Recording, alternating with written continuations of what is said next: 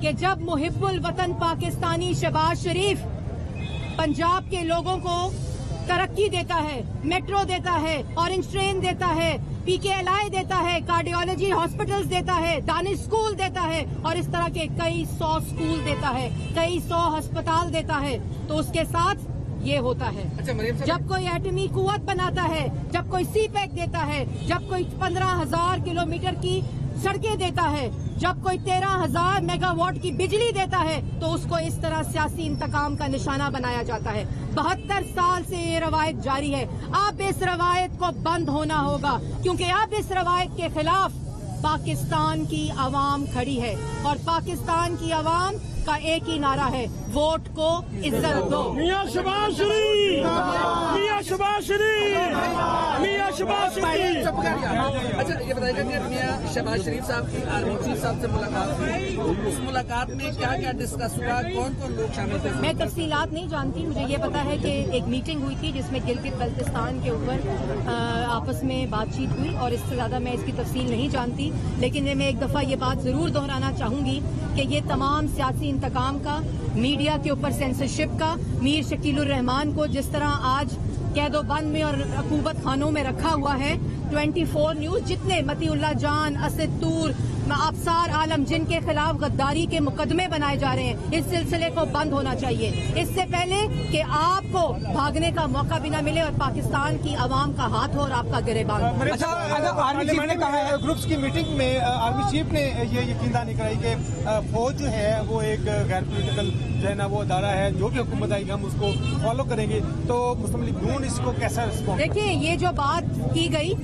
میں سمجھتی ہوں کہ یہ بات بھی اس نالائق سلیکٹڈ وزیر اعظم اور اس حکومت کی وجہ سے کی گئی، کیونکہ یہ اداروں کو سیاست میں گھسیٹتے ہیں، یہ کہتے ہیں کہ ادارے افواج پاکستان اور ہم ایک پیج پر ہیں، سب اداروں کا احترام ہونا چاہیے، لیکن یہ تاثر اس سلیکٹڈ حکومت نے ڈالا ہے، یہ تاثر ان نالائقوں نے ڈالا ہے، ان کی وجہ سے آج ادارے بدنام ہو رہے ہیں، اور یہی وہ وجہ ہے۔ اور سیاست میں دیکھیں، ہر ادارے کا آئین میں ایک کام کا تعین ہے، ایک آئین کی حدود ہے، اس کے اندر رہ رہ کے تمام اداروں کو کام کرنا چاہیے۔ اسی طرح نیب کے چیئرمین کو اپنے حدود کے اندر رہ کر کام کرنا چاہیے۔ نیب کے چیئرمین کی اس وقت جو حالت ہے وہ ایک SHO اور کانسٹیبل کی ہو گئی ہے کہ جس کو حکم دے سلیکٹڈ وزیر اعظم اس کو گرفتار کرے، رات کو حکم آتا ہے، صبح گرفتاری ہوتی ہے۔ آج ذرائع سے اس CCPO کا بیان چل رہا ہے، اس CCPO کا بیان چل رہا ہے جو کہہ رہا ہے کہ جو جس بیٹی کا سیالکوٹ روڈ کے اوپر اجتماعی ریپ ہوا اس کا قصور ہے کہ وہ رات کو کیوں نکلی۔ آج وہ ذرائع سے میڈیا کو سٹیٹمنٹس دے رہا ہے کہ شہباز شریف کی گرفتاری کی تیاریاں ہو گئی۔ شہباز شریف کو CCPO کو کس نے بتایا کہ شہباز شریف کی گرفتاری کی تیاری ہو گئی ہے؟ کیوں میڈیا کو ذرائع کے ذریعے اگر پڑھا لکھا سچا پاکستانی، حب الوطن پاکستانی جس نے یہ اپلیکیشن دی، اس کا نام، اس کی ولدیت، اس کا پتہ پاکستان کی عوام کو بتایا جائے۔ اسی طرح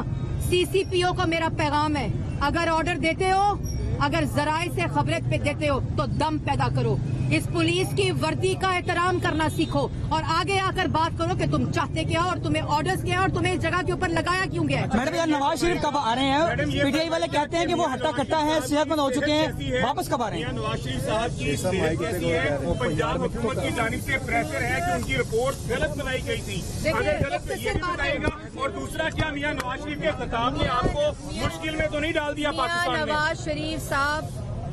اس وقت پاکستان آئیں گے، یہ پاکستان مسلم لیگ نون کا دو ٹوک فیصلہ ہے، اس وقت پاکستان آئیں گے جب ڈاکٹرز ان کو اجازت دیں گے، کیونکہ پنجاب حکومت کے فیصلے پہ، پنجاب حکومت کی ریکمنڈیشن پہ،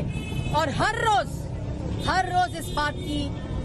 ویریفائی کرتی ہیں یاسمین راشد صاحبہ، ہر روز ان لوگوں کے منہ پر تماچے مارتی ہیں یاسمین راشد صاحبہ کہ میڈیکل رپورٹ سچی تھی، میڈیکل رپورٹ میں ریکمنڈیشن دی گئی تھی کہ نواز شریف صاحب جن کی صحت ان کی کسٹڈی میں خراب ہوئی، جو آج پاکستان کی عوام سوال پوچھ رہی ہے۔ اور دوسری بات میں یہ ضرور کہوں گی کہ نواز شریف صاحب کی تقریر